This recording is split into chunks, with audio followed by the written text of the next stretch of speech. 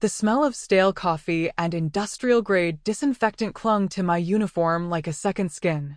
It was the scent of my life, a constant reminder of the endless cycle of wiping down sticky tables and refilling salt shakers for tips that barely covered the rent on my shoebox apartment. My feet throbbed in my worn-out sneakers, a dull, rhythmic ache that had become as familiar as the hum of the ancient fluorescent lights overhead. 2 more hours.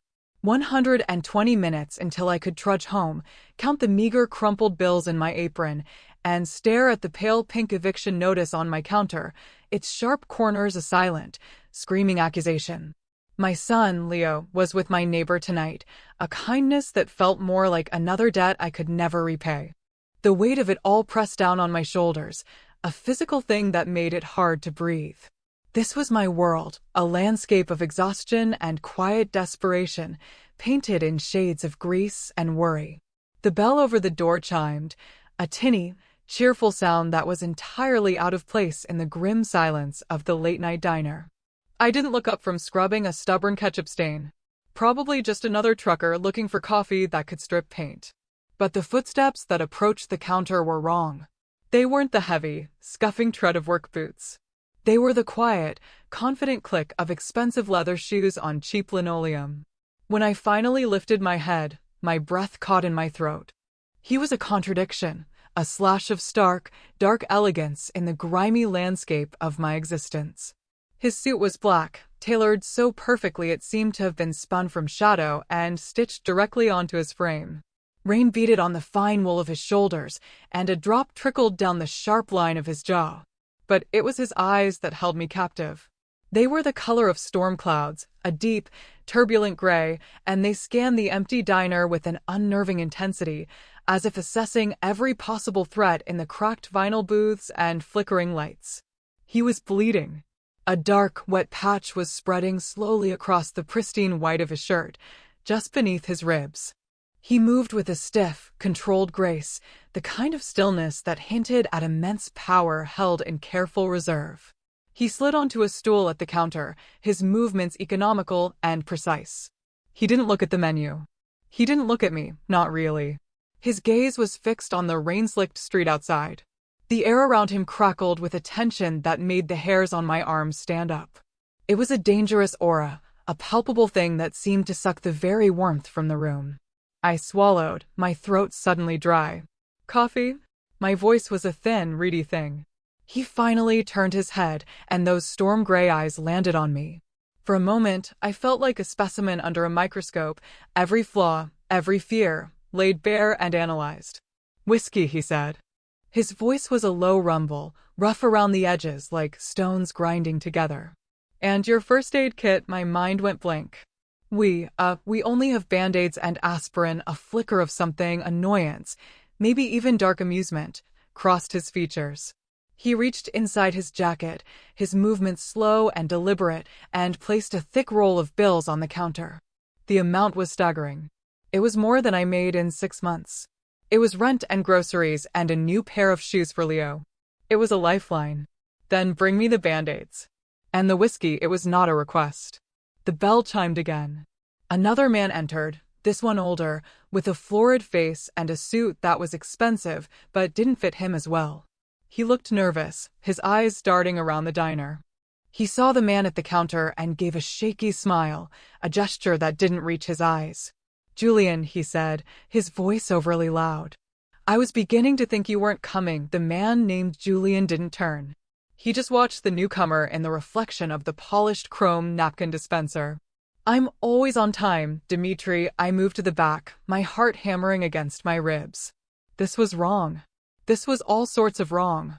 I grabbed a bottle of cheap whiskey from under the counter and the dusty plastic first aid box. When I returned, Dimitri was sitting 2 stools down from Julian, wringing his hands. The tension between them was a physical force, a high-frequency hum just below the range of hearing.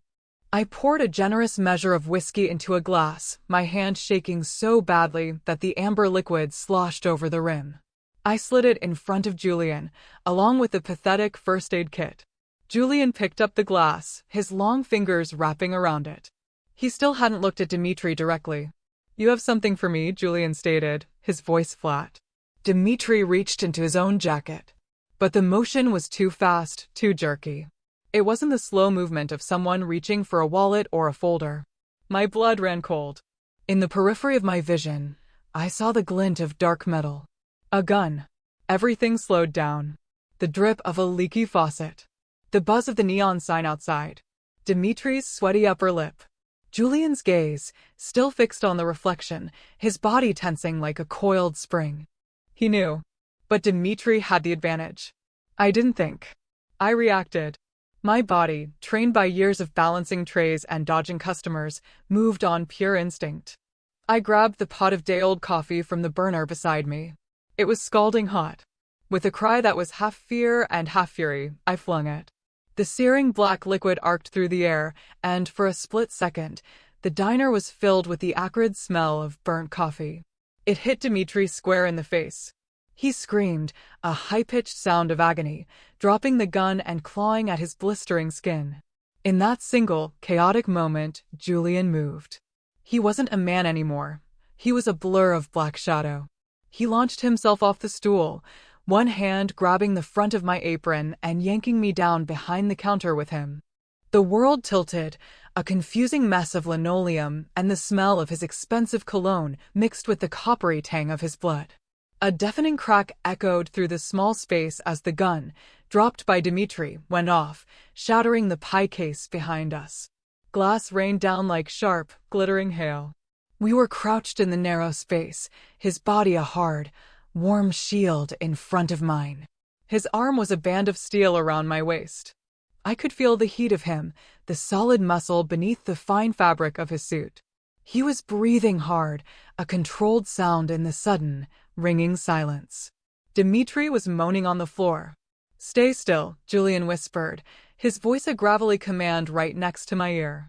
His breath was warm against my skin. I pressed my hand against his side, trying to staunch the flow of blood from the wound I'd noticed earlier, and my fingers came away slick and warm. He flinched, a sharp intake of breath, and his hand shot out, grabbing my wrist.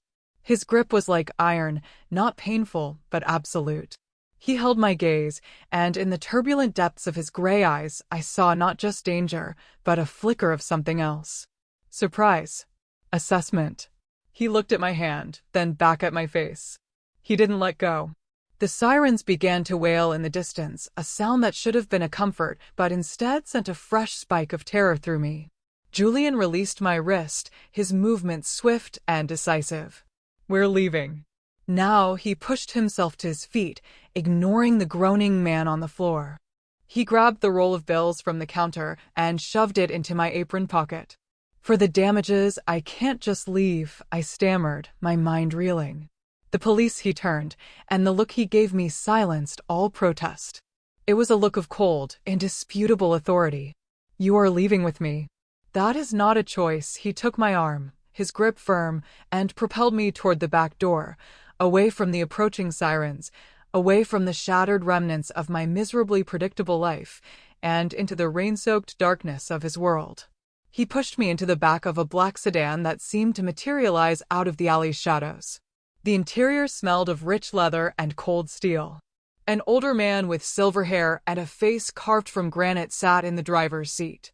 He didn't say a word, his eyes meeting Julian's in the rearview mirror in a moment of silent communication.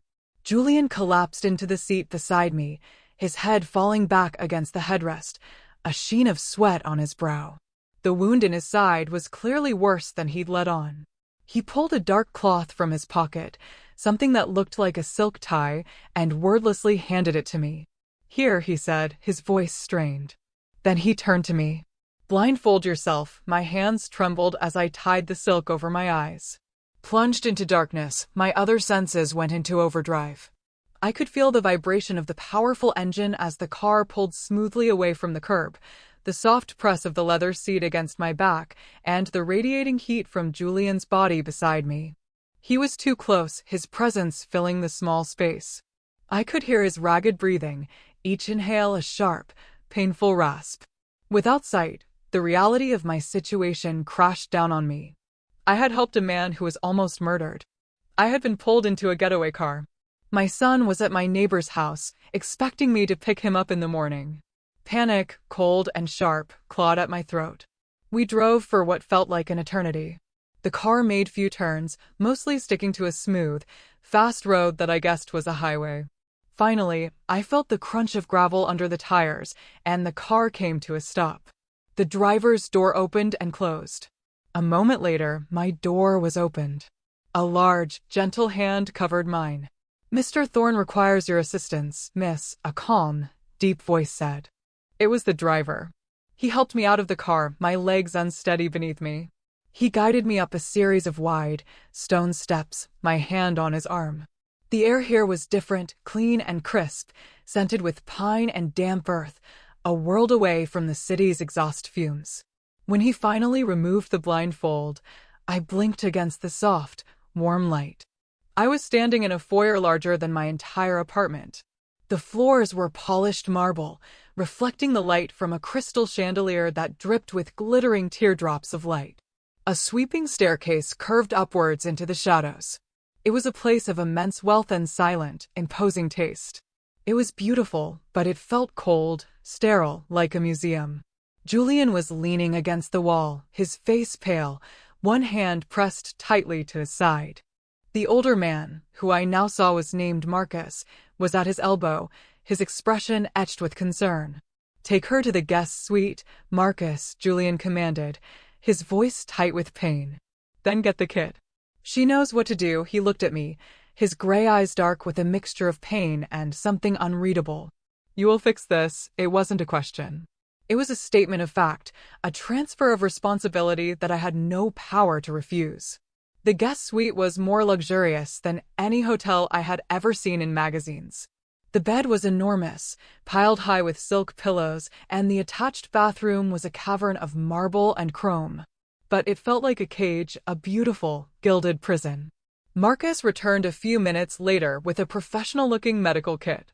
He laid it open on the bed, revealing sutures, antiseptic, and sterile bandages. He looked at me, his eyes surprisingly kind. "He's stubborn.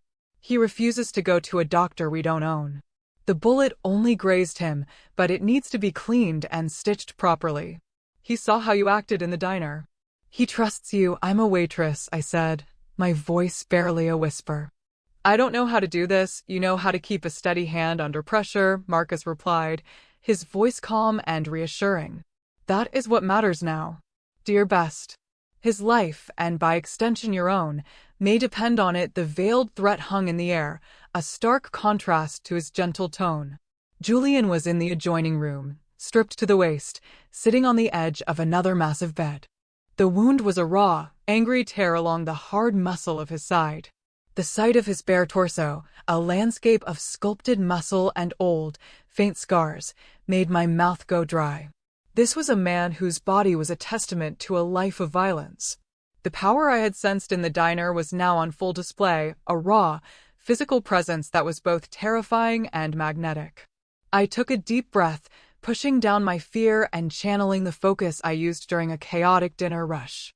I was no longer a terrified woman. I was a person with a job to do. I cleaned the wound, my hands surprisingly steady. He sat perfectly still, his jaw tight, but he didn't make a sound, not even a hiss of pain as the antiseptic stung his raw flesh.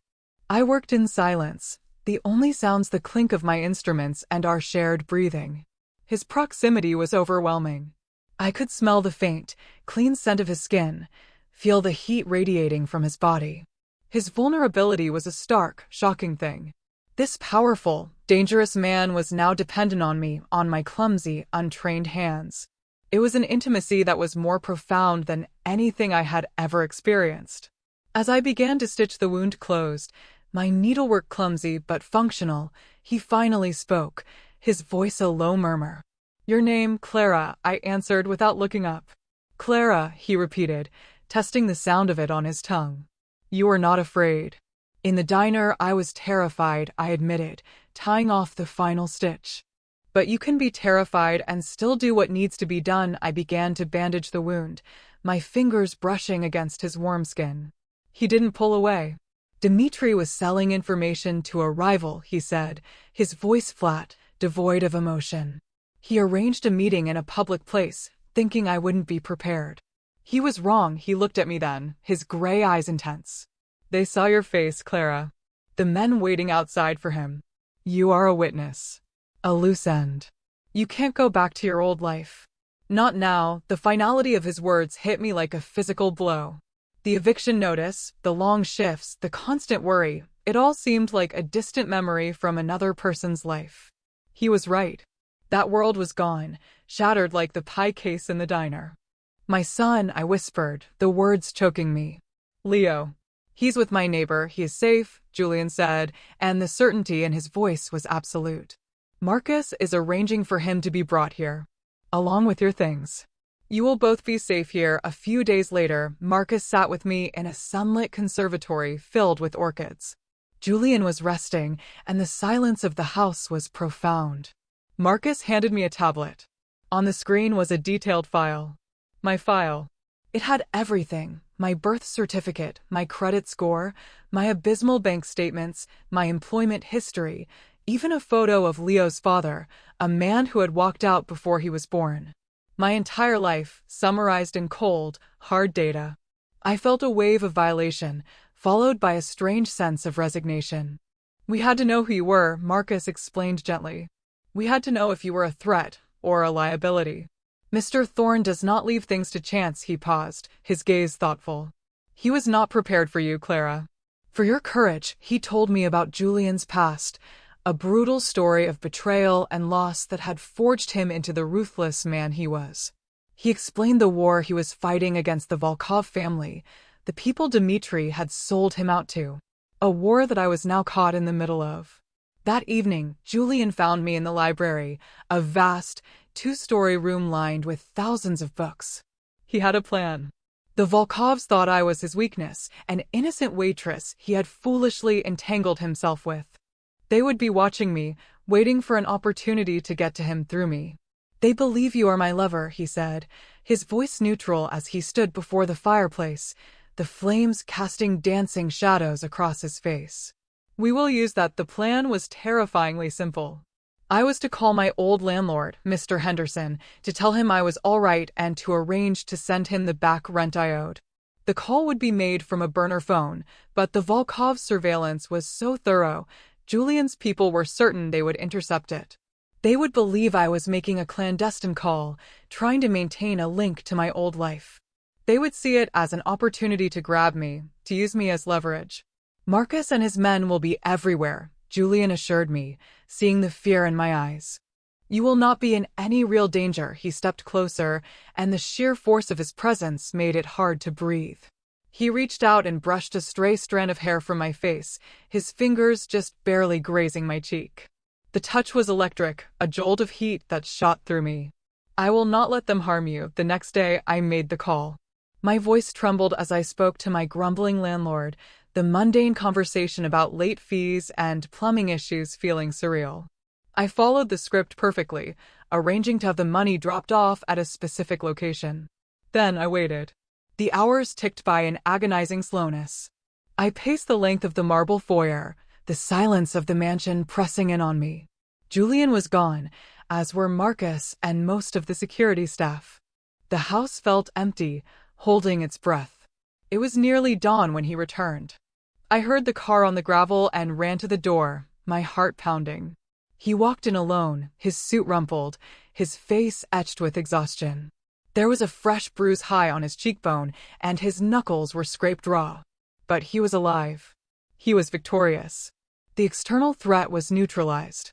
The Volkovs would no longer be a problem. He stopped in front of me, the space between us charged with unspoken words.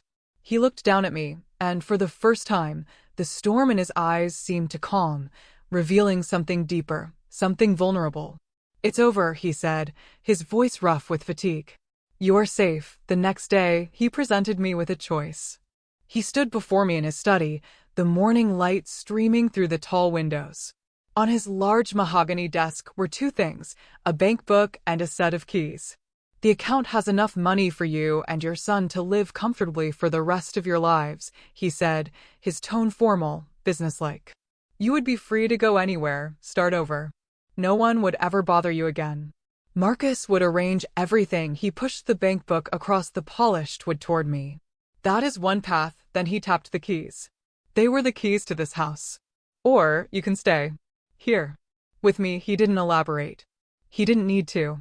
The offer was clear: return to a normal, safe life, or embrace this dangerous, opulent, and intense new reality. I spent the day in deliberation, wandering through the silent, beautiful rooms of the mansion. I thought about my old life. The constant, grinding anxiety about money. The loneliness. The feeling of being invisible. Just another tired waitress scrubbing ketchup stains at 2 in the morning. That life wasn't safe. It was a slow death by 1,000 cuts.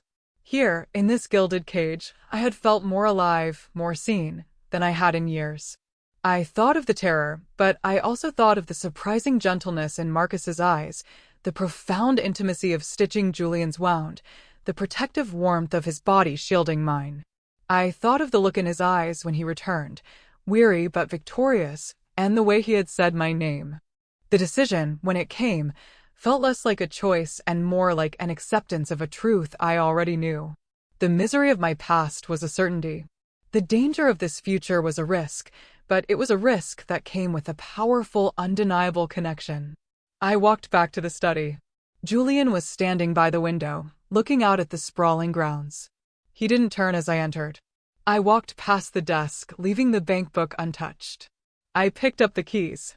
Their weight felt solid and real in my hand. I went to the phone on his desk, the one connected to the secure internal line, and dialed the number for Leo's room, where he was happily playing with the nanny Marcus had hired. Hearing his cheerful voice on the other end solidified everything. This was his home now, too. After I hung up, I took out the burner phone Julian had given me, found Mr. Henderson's number in the call log, and held my finger over the delete button. It was the last link to the world that had been slowly crushing me. I pressed down, erasing the contact, erasing the past. I had chosen the storm over the slow, quiet drowning, and for the first time in a very long time, I felt the unmistakable, exhilarating thrill of hope.